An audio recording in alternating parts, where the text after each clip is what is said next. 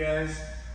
This is my buddy Skyler, again, resident blue belt here, known for all sorts of mean shit and flexibility. It's really annoying, but it's great at the same time. Today, we're gonna go over a honey hole entry. I'm starting to try to knee cut, and they develop the underhook. A lot of people show this motion a certain way. I have a couple parts of it that I think help manage the success of the motion. And then once we land in honey hole, I want to talk about all the options I like to go through. Of course, you have to understand there's a primary leg and a secondary leg. The primary leg, or even primary arm and secondary arm, depending on what you're attacking, the primary leg is always the leg that's between my legs, the leg I'm trying to heel hook. The issue is that people usually don't think about or realize that the secondary leg is always of utmost concern when it comes to attacking the legs or the limbs. The secondary leg is going to be 95 to 100% of my problem. If he had one leg, and I put his one leg in honey hole, I'd break him with a heel hook so easy. But because he has a second leg, he can use it to fight. Most of his defense comes from that second leg. So when I land in honey hole, almost my sole focus is that secondary leg, right? So I want to get control of that secondary leg, I want to get on that ankle, and there's actually submissions we can go into right on that secondary leg. But also you got to think about, when it comes to leg entanglements, there's core and principal issues that you're going to run into, and the principal issue of honey hole is the turnout problem, right? And if I don't control his secondary leg, he's going to turn out easily, especially if he knows what he's doing.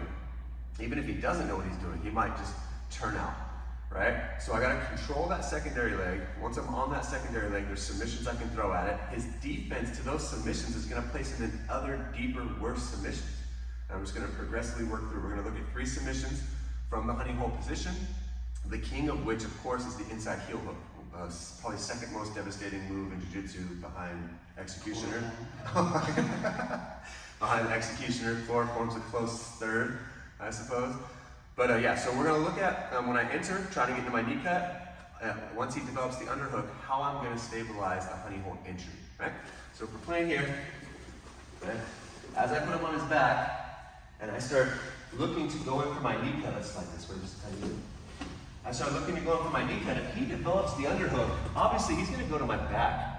This is really bad here, right? So for a split second, I'll throw on a little whizzer, and I take my forehead to the mat, kind of keeping weight on him.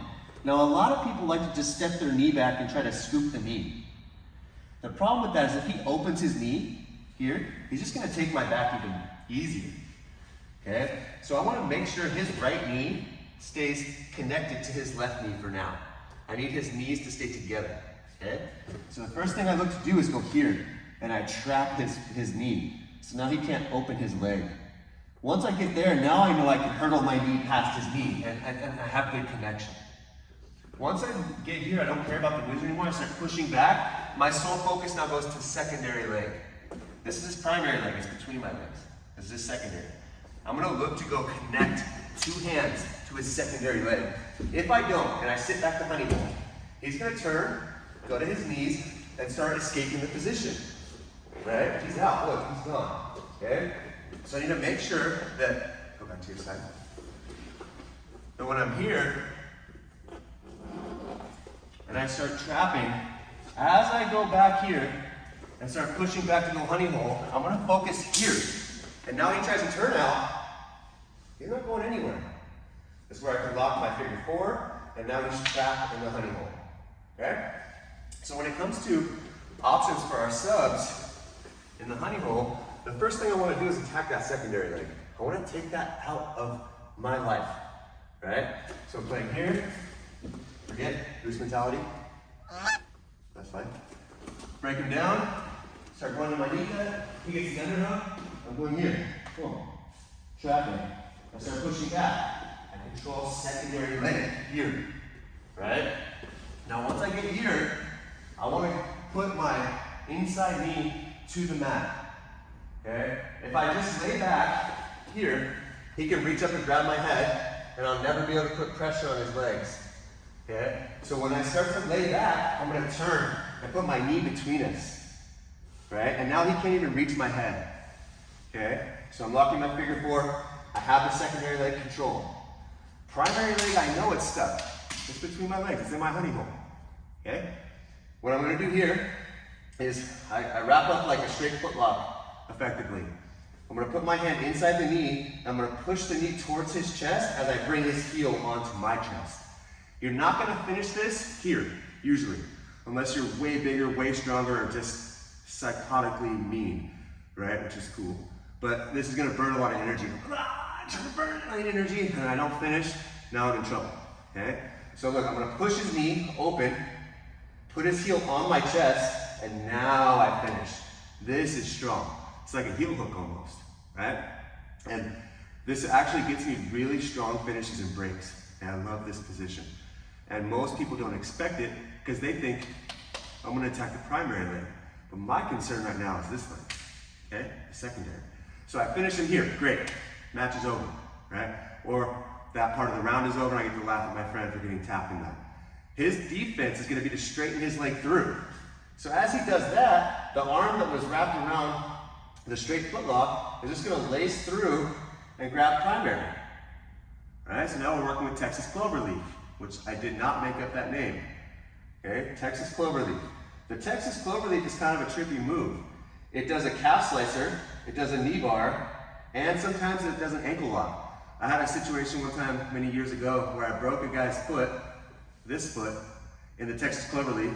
He wanted to keep rolling, so I put him in it on the other side, and I broke his other foot. So it actually broke his foot, like his ankle, not his knee, not his anything else. So there is a lot of pressure here. When I go to finish this lock, what I like to do is either gable grip or figure four. I take my secondary leg and I put it on their hip so I can create pushing force, right? And now the movement is not gonna be rotational. I'm gonna bridge my hips in like an arm bar, and I'm gonna bring my elbows across my chest. So I'm gonna go here, right? So this arm is kind of going across my chest as my hips bridge laterally, right? So again, I'm here trying to get this foot lock. He straightens his leg. He's like, fuck you, I'm not letting you get that. Okay, lace. I can go figure four, put my foot on the hip, and now I'm gonna push away with this foot, draw this elbow across my chest, and bridge. There's my finish. Where are you feeling that pressure? Kind of right here. Knee bar, calf slicer, yep. And that's very common because I'm bridging across, laterally across his knee, right? Now, if I get, sometimes I get here and people just look at me. They're not concerned, I'm squeezing, but they don't feel it, all right? Okay, I'm gonna go to the king of the motions. I'm gonna go to the heel hook, okay? When I'm here, I'm gonna go back to my figure four. I'm gonna take his heel with my hand and open it so I can swim inside. And now I wanna take his secondary leg completely out of the picture. So I bring it all the way under my armpit and I sit myself up here. When I sit myself up, I also kind of bend his primary knee. Future reference for most of you, when you're playing heel hooks, you want to have a bent knee on the primary leg. If his primary leg is straight, it's gonna be really hard to create knee pressure and break the knee, and that gives the ankle abilities to roll. But when you bend the knee, the ankle can't roll quite as much. So we want to keep the knee bent. So I sit myself up, kind of bring my shoulder, my elbow or armpit towards my hip, and then I can start to look to close everything. From here, what I like to do, since I'm already laying on his foot, is I'll take my bottom arm relative to the floor and trap his shin or his ankle so that I keep the foot bent or knee bent. And now, the main rule with heel hooks is do not put the toes in your armpit, okay? If I go here and put his toes in my armpit, I could barely get his heel, right? And if I do, I'm only gonna catch it with the meaty, soft part of my arm, right? I wanna catch the toes between my tricep and ribs, okay? So look, I'm keeping his knee bent. I put my tricep right on the toes and I pinch his toes between my tricep and ribs. And what this does for me is it allows me to put the blade of my wrist directly on his heel. Now, I don't care how sweaty we are, I don't care how flexible he is, I don't care how good he is at slipping the heel. When I put the blade of my wrist on his heel, it is stuck, okay? And now I can connect my hands. I don't care about secondary leg anymore. He can bring it in the fight all he wants. And now here, the motion is, again, bridging laterally across the knee as I bring my hands to my chin and my chin to my hands, here. Very, very, very easy finish. Super, super devastating. All right? So again, we'll do the whole sequence. Right, playing here, putting him on his back, looking to pass. He gets the underhook. I go whizzer, head on the mat, trap. My knee goes back, I start pushing back into him, grab his secondary leg. As we fall, I turn my knee between our bodies, lock my triangle, lock my honey hole. I push the knee and bring the heel onto my chest. Connect my hands, and now this is basically a heel hook. Look, where are you feeling that? Right there, good. Sometimes people feel it in the knee, sometimes people feel it here. Very strong lock. For him to defend, he straightens the leg. Okay, I lace through, Texas cloverleaf. Figure 4, foot on the hip. Oh, there's also a little toe hold action here if you want to play that. Bring my elbow center and bridge. There's my lock. Not finishing here, having trouble, whatever. Control the heel, lift, swim through, sit myself up so I can bend his leg. Right? Now as I lay back, like I'm keeping this knee tight, so I keep his leg bent here. Toes between tricep and ribs. So I'm pinching toe. He's already feeling the pressure here. I gotta be really careful here. Right? Don't want this to explode. I do, but not right now. Right? So I go here, pinching. My wristwatch goes right on the heel. Okay? Right where your wristwatch would be. Right? I connect my hands, gable grip. My hands go to my chin and chin to my hands as I bridge. So I'm gonna be going here. Imagine that. He's tapping way back here. Make sense? All right, so those are just some ideas for the honey hole that I like to play. I find a lot more success when I focus on the secondary leg, taking the secondary leg out of the fight. Like I said, about 90 to 95% of someone's defense for their limbs comes from the secondary limb. So if you're attacking the left arm, their only defense with their left arm is how strong their curl strength is, right? So of course, it's gonna be their right arm that's the problem. So if you take the right arm out of the play, it's easy money. So when it comes to honey hole, if his right leg is my primary, then I need to deal with his left leg as soon as I can, particularly when you're entering the honey hole. Because if they have the left leg free or the secondary leg free, they're going to turn out and you're going to have a lot of problems there, right?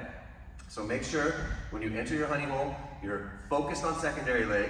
When you land in your honey hole, you're focused on secondary leg, go into all your attacks there, or clear that thing out of your life and then enter the inside heel hook, break them, finish the fight, and you get to laugh at them and make fun of them later, right?